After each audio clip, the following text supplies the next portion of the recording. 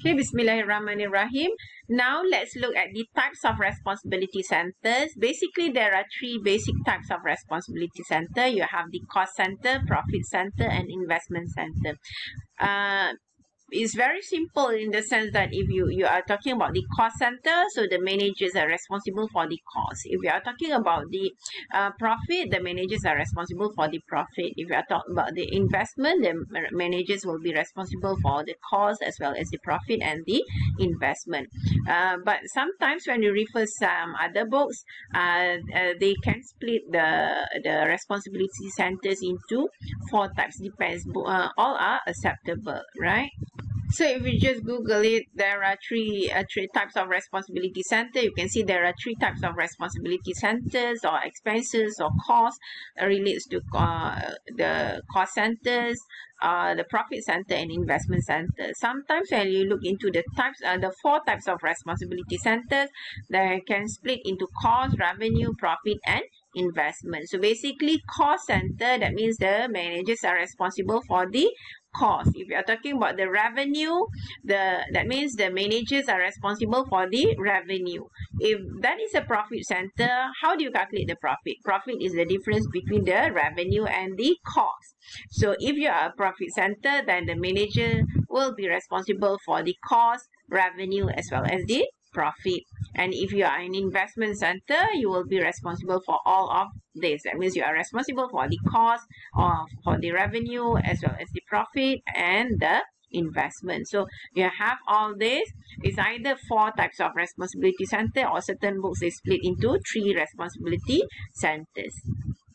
So all are acceptable depending on how you look at it. So if it is a profit center, it's say incur cost and generate revenue. So managers judge on profitability of that particular center.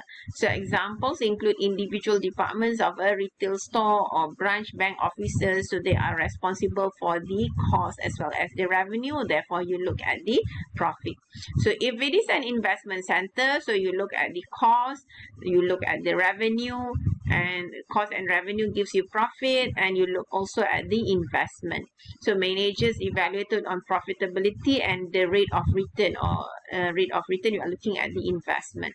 So often a subsidiary company or a product line. So manager able to control or significantly influence the investment decision. So in short, generally, if you are an investment center, you are responsible for the whole thing. That means the cost, the revenue, the profit, as well as the investment. So maybe you look at the return for that particular investment that you have made. So this one, cost center, responsible for the expenses or the cost. Profit center, you know, as I mentioned earlier, profit, you arrive at profit as the difference between your revenue and your expenses. So of course, if it is a revenue, you want a higher. The higher, the better it is. But yeah, talking about the cost, you want to have a lower cost. So you, for revenue, the higher revenue, the better it is, and vice versa for the cost. But if you are an investment center, that means you are responsible for the revenue, you are responsible for the cost as well as the investment. So expenses and revenues and the return on that particular investment. So that will be your, if you are an investment centers manager or responsibility center, you look at the responsibility and to what level are you responsible for that particular item, right?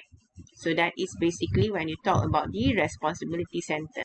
So here, just to test your understanding, under responsibility accounting, the evaluation of a manager's performance is based on methods that the manager, whether A, directly controls, B, directly and indirectly controls, C, only indirectly controls, D, has shared responsibility for with another manager.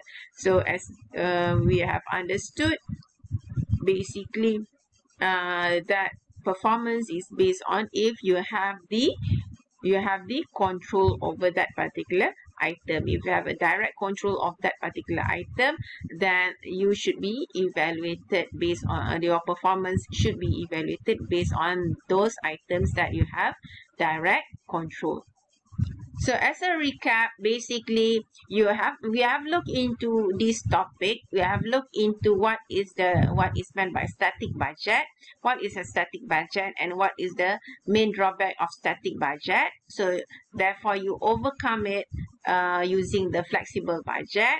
So if you are how to prepare the flexible budget, you should be able to prepare the flexible budget. Next, what else that you need to know? So when you know how to prepare the flexible budget and also how to prepare the flexible budget report, so we look into the responsibility accounting, you look into what is it, how to report the performance, and then you look at the responsibility centers. And the keyword is about the controllability. Only if you have control, then only the